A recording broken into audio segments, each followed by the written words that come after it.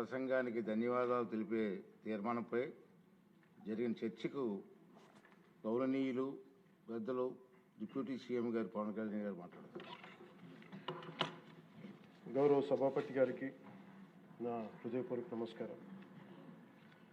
ఎంతో హుందాగా ఈ గౌరవ చట్టసభను నడుపుతున్న మీ విధి విధానాలకి, అలాగే చట్టసభలో సమయపాలనను పాటిస్తూ సభ్యులందరూ ఎంతో హుందాగా, ఎంతో గౌరవప్రదంగా ప్రజా సమస్యల్ని, వాటి పరిష్కార మార్గాలను వెతకాలని మా అందరికీ మీ అపారమైన అనుభవంతో దిశానిర్దేశకత్వం చేస్తున్న మీకు జనసేన పార్టీ తరపు నుంచి, మా ఎన్డీఏ కూటమి తరపు నుంచి నా హృదయపూర్వక నమస్కారం, కృతజ్ఞత.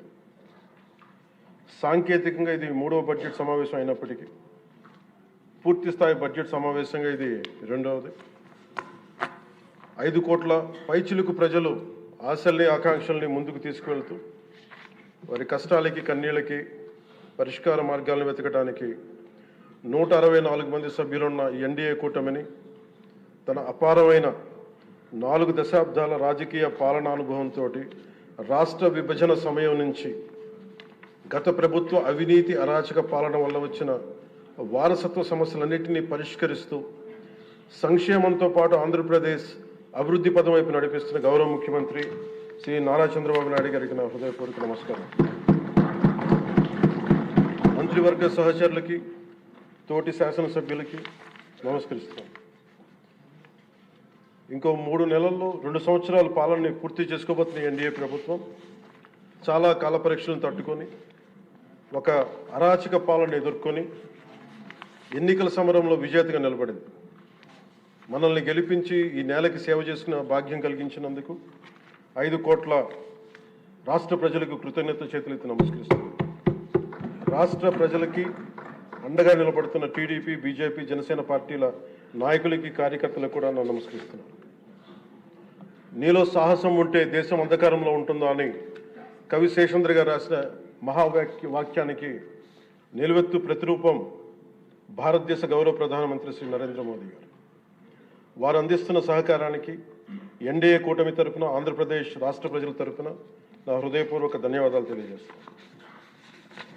ఆంధ్రప్రదేశ్ రాష్ట్ర ప్రథమ పౌరులు, రాజ్యాంగ సంరక్షకులు, రాజ్యాధినేత justice, former supreme court justice S Abdul Nazeer గారు చేసిన బడ్జెట్ ప్రసంగం చాలా ప్రేరణ ఇచ్చింది. ఆంధ్ర రాష్ట్ర భవిష్యత్తుకు బలమైన పునాదులు వేస్తుంది. వికసిత్ భారత్లో భాగంగా వికసిత్ ఆంధ్రప్రదేశ్ లక్ష్యంగా సాగింది. రాజ్యపాలకులు, గౌరవ రాజ్యపాలకులు శ్రీ అబ్దుల్ నజీర్ గారు బడ్జెట్ ప్రసంగం వింటున్నంతసేపు ఆద్యంతం భారతరత్న శ్రీ అటల్ బిహారీ వాజ్పేయి గారు మాటలే నా మనసులో మెదిలినాయి. వారు అన్న మాటలు, Bharat needs a government that cares, Bharat needs a government that will reach out to the last person the last. ఆ స్ఫూర్తితోనే గౌరవ ముఖ్యమంత్రి శ్రీ నారా చంద్రబాబు నాయుడు గారి నేతృత్వంలో నడుస్తున్న ఎన్డీఏ కూటమి ప్రభుత్వం దివ్యాంగులకి ఇచ్చే పెన్షన్లు 3,000 నుంచి 6,000కి చేశారు. మంచం నుంచి లేవలేని దివ్యాంగులకి 6,000 నుంచి 15,000 అందిస్తున్నారు. సామాజిక పెన్షన్లు 3,000 నుంచి 4,000కి పెంచారు. రాష్ట్ర వ్యాప్తంగా 63.25 లక్షల మందికి ఈ పెన్షన్ల ద్వారా 2,738 కోట్ల రూపాయలు అందజేస్తున్నారు. ప్రతి విద్యార్థికి 15,000 రూపాయల చొప్పున 67 లక్షల విద్యార్థులకు సంబంధించి 42 లక్షల తల్లుల ఖాతాల్లోకి నేరుగా 10,000 కోట్లు జమ చేశారు. మెగా డిఎస్సి ద్వారా 16,000 ఉపాధ్యాయ పోస్టులు భర్తీ చేయటం, మెగా పేరెంట్స్ టీచర్స్ మీటింగ్స్ పెట్టడం, విద్యార్థుల మధ్యాహ్న భోజన పథకానికి అపరాన్నపూర్ణ మహాతల్లి డొక్కా సీతమ్మ గారి పేరు పెట్టేందుకు గౌరవ మంత్రివర్యులు శ్రీ నారా లోకేష్ గారికి నా అభినందనలు, ధన్యవాదాలు తెలియజేస్తాను. మనకి అన్నం పెట్టే రైతాంగం కష్టాలు, కౌలు రైతుల కన్నీటి కథలు, అప్పులు, మరణాలు విన్నప్పుడల్లా ఆధునిక మహాభారతంలోని పంక్తులు జ్ఞప్తికి వస్తాయి. పొలాల కోరిక ఏమిటి? పంటలు పండించి మనిషి ఆకలి తీర్చాలనే కదా అని దున్నే రైతు అనుకుంటా ఉంటే, అందరి ఆకలి తీర్చడం కోసం దుక్కి దున్నే నా ఆకలి ఎలా తీర్చుకోవాలో నాకు తెలియడం లేదు.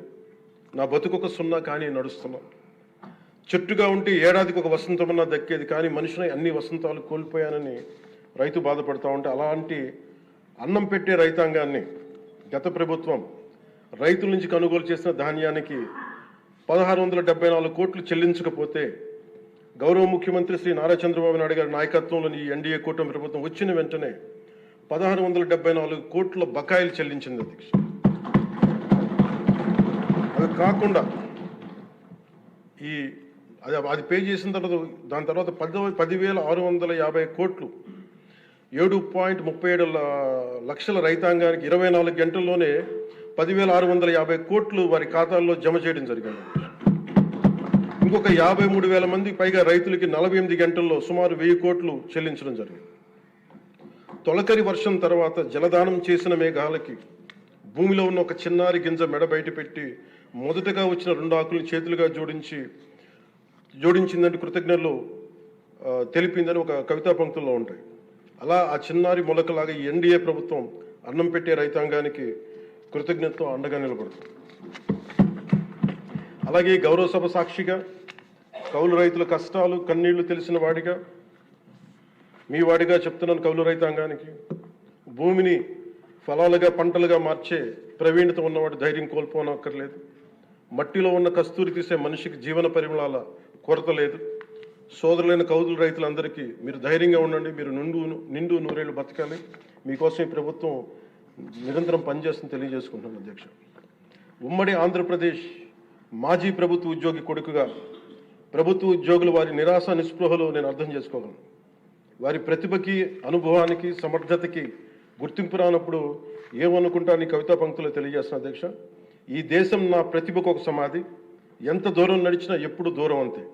అందుకే పంచాయతీరాజ్ శాఖ బాధ్యతలు తీసుకోగానే, రూరల్ వాటర్ సప్లైస్ బాధ్యతలు తీసుకోగానే 10,000 మందికి పైగా ఏకకాలంలో ఈ ఎన్డీఏ ప్రభుత్వం నారా చంద్రబాబు నాయుడు గారి నాయకత్వంలో ప్రమోషన్ ఇచ్చాం అధ్యక్ష. అది కూడా ఎలాంటి సిఫార్సులు లేకుండా 77 మందికి తొలిసారి జిల్లా పరిషత్ సీఈఓలుగా ప్రమోషన్లు ఇచ్చాం. సంస్కరణలో భాగంగా 77 డీడీఓ కార్యాలయాలు ప్రారంభించాం. దీనికి అండగా నిలబడ్డ గౌరవ ముఖ్యమంత్రి గారికి నా హృదయపూర్వక ధన్యవాదాలు తెలియజేస్తున్నాను. ఒక దేశాభివృద్ధికి ఆయువు పట్టు రహదారులు లేని చోట అభివృద్ధి శూన్యం. అభివృద్ధికి మూలమైనది రహదారులతో పాటు విద్యుత్తు, తాగునీరు, విద్య, వైద్యం, డ్రైన్స్ అండ్ శానిటేషన్. దాదాపు 2 ఏళ్ల పాలనలో ప్రపంచ కప్ గెలిచిన visually challenged women cricket team captain Deepika మొదలుకొని మొన్న పోలీస్ జాబ్స్కి లెటర్స్ ఇస్తున్నప్పుడు ఉద్యోగంలో వచ్చిన యువ కానిస్టేబుల్ కానీ, ఉదయగిరి నియోజకవర్గంలో స్కూల్ పిల్లలు కానీ, ఇలా ఎందరో ఒకటే అడిగారు అధ్యక్ష. మాకు కనీసం నడవడానికి, మా స్కూల్కి వెళ్ళడానికి, మా ఊర్లు వెళ్ళడానికి, మాకు రిలేటెడ్ ఊర్లు వెళ్ళడానికి రోడ్లు వేయండి అని నిండు గర్భిణీలు కూడా ప్రాణాలు అరచేతులు పట్టుకుని కొండలు గుట్టలు దాటుకునే పరిస్థితుల్లో జాతీయ ఉపాధి హామీ పథకం కింద PM జన్మన్ రాష్ట్ర ప్రభుత్వ నిధులతోటి అడవి తల్లి బాట పేరిట 625 గిరిజన గ్రామాలను అనుసంధానిస్తూ 1,005 కోట్లతోటి 1,069 కిలోమీటర్ల రహదారుల నిర్మాణం చేపట్టాం. దాంట్లో దాదాపు సగం పైగా రోడ్ల నిర్మాణం పూర్తి చేశాం. కొన్ని రోడ్లు గంటల వ్యవధిలో కూడా మంజూరు చేశాం అధ్యక్ష. అలాగే మారుమూల ప్రాంత ప్రజలు, గిరిజన ప్రాంత ప్రజలు గొంతిమ కోరికలు కోరలేదు అధ్యక్ష. వారు అడుగుతుందలా చిన్నపాటి రోడ్ల సౌకర్యం వారు అడిగేది. ఆ రోడ్లు మంజూరు చేసినప్పుడు, పూర్తి చేసినప్పుడు ఆ ప్రజల కళ్ళలో నాకు కనిపించేది ఇవే. గుక్కెడు నిశ్శబ్దం తాగి చిరిగిన చీకట్లు కప్పుకొని పడున్న నాకు కమ్మని ఆశాముద్రమ కానుకగా తెచ్చాం. స్వాతంత్రం వచ్చి 7 దశాబ్దాలు దాటిన విద్యుత్ వెలుగులు లేని 17 కుటుంబాలు చెంది ఒక మారుమూలన గిరిజన గ్రామానికి ₹1 కోటి పైగా వెచ్చించి 17 కుటుంబాలు ఉన్న గ్రామానికి 9.6 కిలోమీటర్ల మేర 200 పైగా విద్యుత్ స్తంభాలను పాతి ట్రెడిషనల్ పవర్తో పాటు PM జన్మన్ పథకం కింద సోలార్, విండ్ ఎనర్జీతో పాటు హైబ్రిడ్ విద్యుత్ వ్యవస్థని ఏర్పాటు చేశాం అధ్యక్ష. ఆ విద్యుత్ వెలుగుల్లో, గిరిపుత్రుల్లో, గుండెల్లో నాకు ఈ భావన చాలా బలంగా తెలుసు.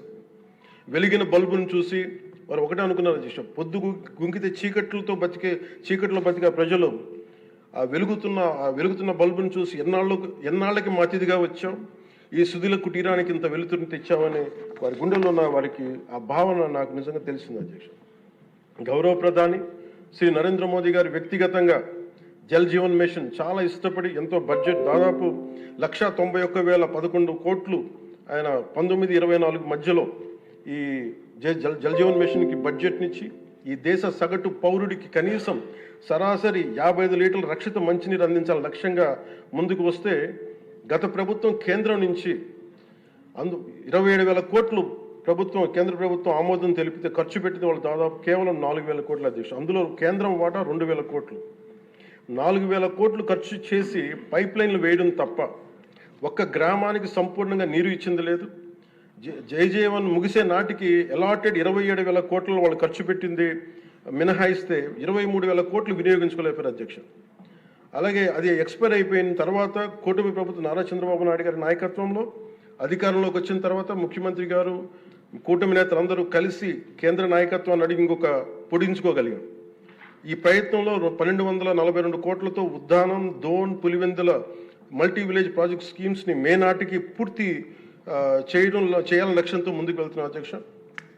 అలాగే ఈ కొత్త సంవత్సరంలో కూడా కొత్తగా ఇంకొక 5 జిల్లాలు ఈ ఎక్స్టెండెడ్ పీరియడ్లో కొత్తగా 5 జిల్లాల పరిధిలో 7,910 కోట్లతోటి వచ్చే 2 ఏళ్లలో పూర్తి చేయాలని లక్ష్యంగా పెట్టుకున్నాం అధ్యక్ష.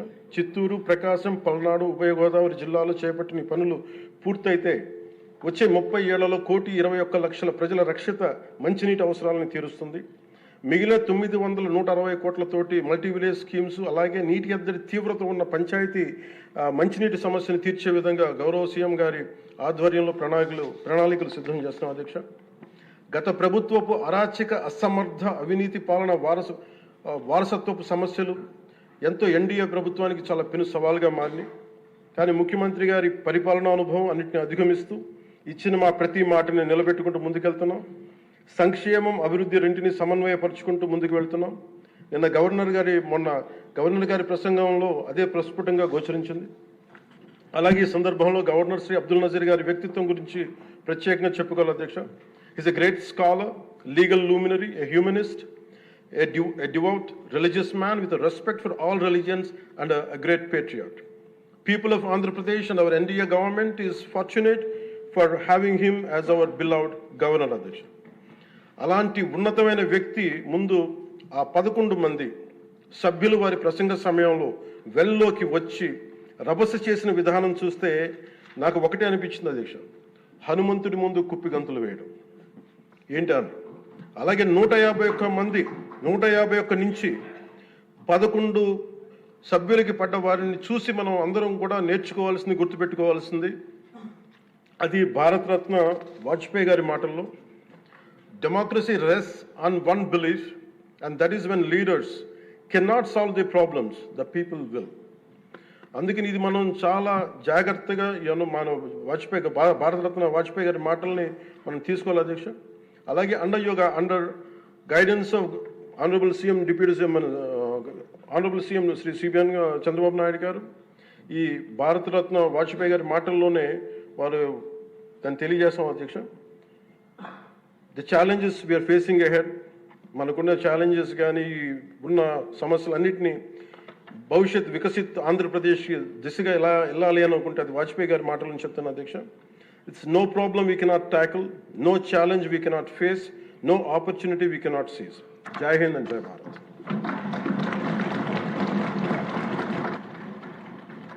ఇప్పుడు గవర్నర్ గారి ప్రసంగానికి ధన్యవాదం తెలిపే తీర్మానంపై జరిగే చర్చకు గౌరవ ముఖ్యమంత్రి గారు జవాబుతారు.